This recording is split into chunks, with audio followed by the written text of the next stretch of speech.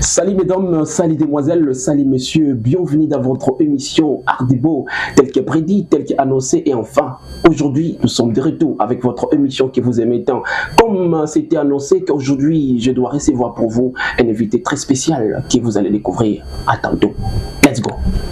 Tel que prédit, mesdames, mesdemoiselles et messieurs, chers internautes, chers téléspectateurs, enfin, il est déjà avec moi ici sur ce plateau. Il s'agit bien d'un rappeur gospel au Kombonae, Eric Kouyang. Alors, nous allons un tout petit peu parler pendant quelques minutes à quoi il s'est présenté à Ebisabiso. Qu'est-ce qu'il a déjà fait dans son œuvre en étant qu'artiste, musicien, gospel, qui fait d'ailleurs le rap. Salut. Oh, bro. Kouyang, wow. Papa Kouyang, bon inzoto, bon. Oui, ça va très bien, papa GTO. Ça va très bien. Comment ça évolue là-bas, l'œuvre de l'Éternel, les autres malam. Ouais, Jésus joue ton rôle. Il est en train de jouer son rôle, donc c'est ça.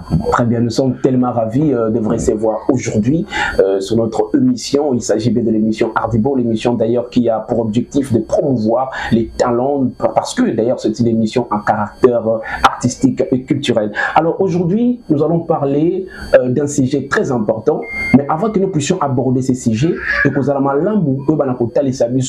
qu'est-ce qui vous a poussé? Il y a déjà quelque chose où il y a rap. Mais rap wana na style mususu to pe na message mususu un message évangile to zo na kombo ya rap gospel. Qu'est-ce qui vous a poussé ya ko bana ko banda ko sala o ezali rap gospel pour ne lelo bana ko mi vendre sa penza na kati na yango? OK, merci beaucoup papa Gédéon. Premièrement d'abord je vais me présenter très bien devant tout le monde. Je suis le monsieur Eric Kouyang, bro. Je me présente au devant de tous. Je suis un rappeur gospel, comme on vient de le dire ici chez mon frère. Bon, en fait, les rap gospel, c'est pas quelque chose dont je peux dire qui est inné, mais quand même, je me suis incarné, je me suis intégré dans les rap gospel. J'ai commencé les rap gospel vers l'année 17. Très bien. Mais avant d'abord de commencer les rap gospel, j'étais dans les rap mondains. C'est qu'on dit des rap gang, c'est ça. Voilà. En fait, là-bas, j'ai commencé depuis 2012, que j'avais déjà commencé avec ces rap, j'ai rappé avec les bros. Là, j'étais encore à Lemba avec les amis, et quand je suis venu au Petro-Congo, on continuait toujours avec l'allure.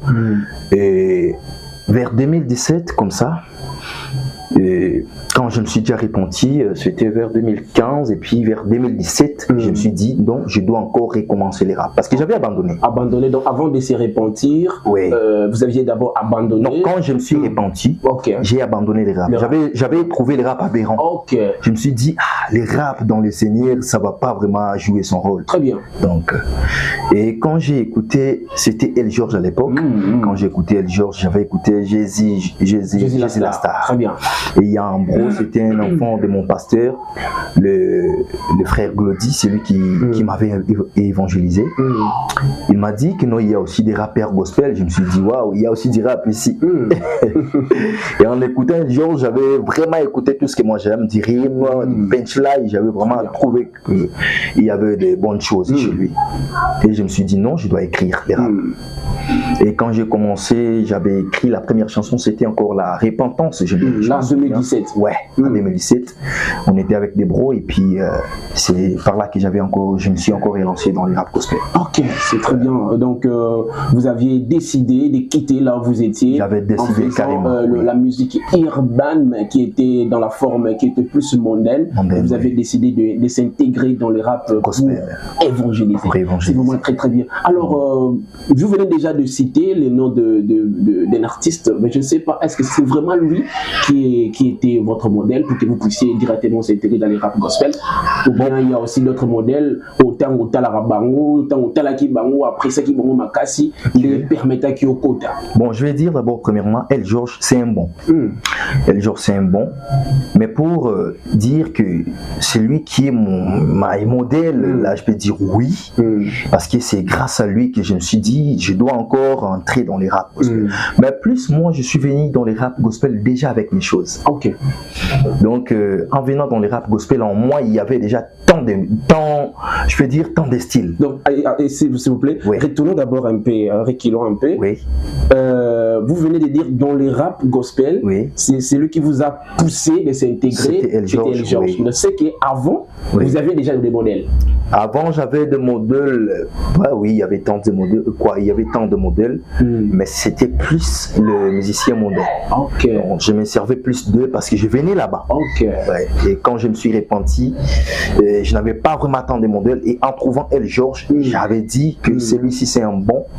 Et j'avais commencé à écouter El George. Et puis après cela, j'ai adopté mon propre style. Ok. Donc c'est ça. Ok. Ah, c'est vraiment très très très bien. Bah, oui. Alors, toujours dans ces mêmes à lire, nous allons un peu essayer de comprendre quelque chose. Vous venez de dire que non, El George vous a poussé de faire le rap gospel. Ouais. Alors, qu'est-ce qui était vraiment à la base? C'était le texte, c'était sa manière de faire, c'était les clips, ou bien c'était quoi vraiment au juste ce qui vous a poussé de s'intégrer dans le rap gospel? Vous savez, ce que tant de gens ignorent d'abord dans les raps, et que les raps c'est quelque chose qui a tant de messages cachés. Très bien.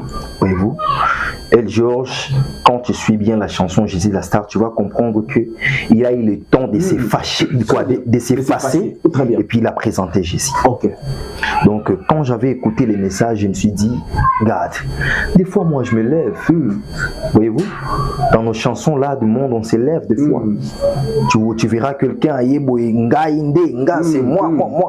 Donc c'est-à-dire que tu es plus toi, mais tu sais pas ce que tu fais. Tu t'élimines. Tu t'élimines carrément. Et quand je suis venu dans le rap gospel, j'ai vite compris qu'il n'y a qu'un seul nom qu'on doit élever. Très bien. Et par rapport à cette chanson, je me suis dit non, moi aussi je dois élever un seul nom. Donc c'était que ça. Ah, c'est vraiment très très très très très génial par rapport à cet explicite. Alors, Eric Kouyang, nous allons directement entrer dans notre sujet que nous allons un peu essayer de découvrir ici. Le sujet que nous allons aborder, il s'agit bien des vagues du rap gospel, de le flou. C'est que les gens ne comprennent pas du tout bien. Oh, malgré, comme mais il y a toujours des vagues, il y a toujours des flous là que les gens ne comprennent pas. D'abord, nous allons prendre des côtés forme. La forme du rap gospel, surtout sur le plan style vestimentaire, la manière de s'habiller. Les hommes brillés, Batumakas. Au juste, pourquoi seulement pour ça la choix? Parce que tu as dit que très bien dans la côté dans le style il y a trop de relax et qu'on sort. Et même chose, puis toujours même dans les rappeurs, la rap gospel, toujours presque même style vestimentaire. Pourquoi seulement qu'on change d'identité même sur le plan de style vestimentaire que qu'on l'andara en décibant les bazala? C'est un peu flou. Oui, c'est un peu flou, mais je vais d'abord un peu m'ouvrir pour faire comprendre à tant de monde. Vous savez, quand nous partons dans le day, on fait un effort. Il y a là bilamba où ils semblent na day. Ou là t'as moins noir. Zomona. Tant aux autres des fêtes, ou là t'as tenue de la fête qu'on appelle tenue de la ville des fois. Ou comme tu as veste. C'est les mêmes avec les rap. C'est un style. Et le style en question exige aussi ses habits des fois. Voyez-vous. Et je vous donne un exemple. Un bien-aimé, il vient comme ça avec des vestes. Il vous dit que je suis un rappeur. Vous allez d'abord à l'identifier. Voyez-vous, vous n'allez pas vraiment tirer beaucoup d'attention par rapport à ce type. Mais lorsqu'il va venir déjà avec ses habits comme ça, comme étant un rappeur, ça va directement donner son identité. Voyez-vous, on ne le fait pas vraiment exprès, mais c'est le style de voix qui nous exige. Très bien. Mais il y a aussi des rappeurs qui aiment bien faire la veste. Ça ne casse pas les carreaux. Voyez-vous, donc tout dépend que de la personne. Mais selon moi, je dirais, c'est adapté au style.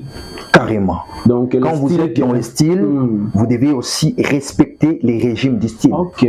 Donc c'est ça. Alors, restons un peu là, toujours sur le plan forme. Oui, le style vestimentaire c'est bien, il faut s'adapter par rapport à ce que vous faites comme musique. Mais aussi, on voit aujourd'hui, rappeurs, Souki, Lox, Banzela, et je vis aussi, je ne sais pas, qui dans les bandes ailleurs, dans l'Europe, rappeurs, mais dans boucle d'oreille, pexé.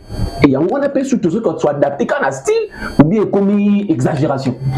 Bon, vous savez, quand tu avais réussi Jésus, premièrement, d'abord là, je commence par vous, il y a un message clé que Jésus t'avait donné.